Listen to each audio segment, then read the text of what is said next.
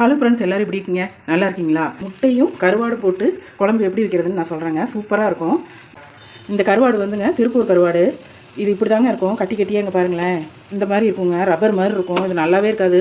ஏதோ வாங்கிட்டு சொல்லிட்டேன், சும்மா அதாவது ஒரு வாசனைக்காக இந்த முட்டை குழம்போட இது போட்டாக்க நல்லாயிருக்கும். இந்த கொதிக்கிற தண்ணியில் இந்த கருவாடை தூக்கி போட்டுடலாம்.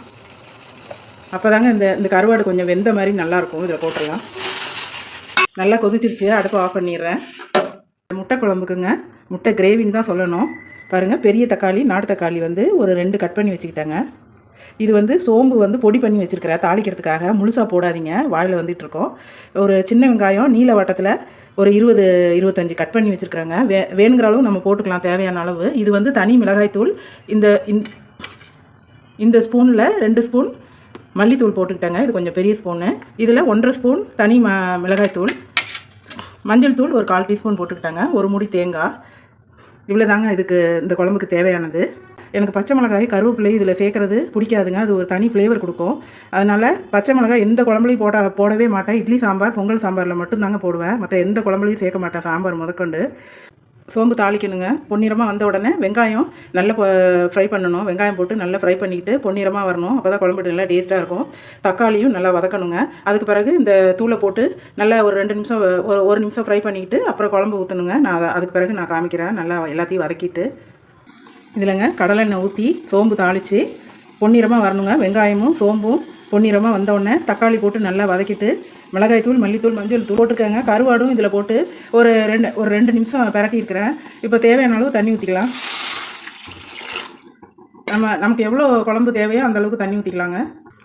இதுக்கு தேவையான அளவு கல் உப்பு போட்டுக்கலாங்க. கல் உப்பு போடுங்க. சால்ட்டு போட்டிங்கன்னா அது அவ்வளோதான் டேஸ்ட் இருக்காது. இங்கே பாருங்கள், இந்த அளவுக்கு கல் உப்பு போட்டுக்கலாம். இவ்வளோ தண்ணி ஊற்றிக்கணுங்க. அது சுண்டி வந்துடும். அப்புறமேலே இது கொதிக்க ஆரம்பித்து ஒரு 10 நிமிஷம் நல்லா கொதிக்கணுங்க. அப்போ தான் இந்த மிளகாய் காரல் வாடெல்லாம் போகும். பாருங்கள், இதில் கருவாடு போட்டிருக்கிறேன்.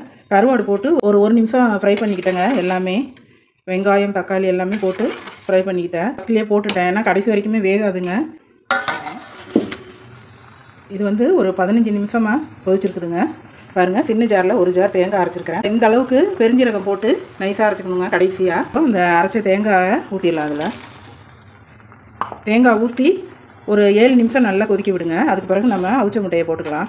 முட்டையை பொத்து ஊற்றி அவிச்ச முட்டையை இதில் போட்டுட்டா முடிஞ்சு போச்சுங்க. அவ்வளோதான். குழம்பு ஒரு 7 நிமிஷம் கொதி வந்துருச்சுங்க. இப்போ இந்த 2 முட்டையை குழம்புல பொத்து ஊற்றிட்டு, இந்த முட்டை இருக்குது பார்த்தீங்களா, அவிச்ச முட்டை, இது 2 பக்கம் லைட்டாக வகுந்து விட்டு குழம்புல போட்டுற வேண்டியதுதான். குழம்புல போட்டு ஒரு 2 நிமிஷம் கழிச்சு இறக்கிற வேண்டியதுதாங்க. இந்த முட்டையை இப்போ இதில் போட்டுடலாம். சூப்பர். அப்படி இருந்துச்சுங்களா? இப்போ நம்ம 2 முட்டையை பொத்து ஊற்றிடலாம். அதில் பாருங்க, உடச்சி இப்படி பொத்து ஊற்றிடணும்.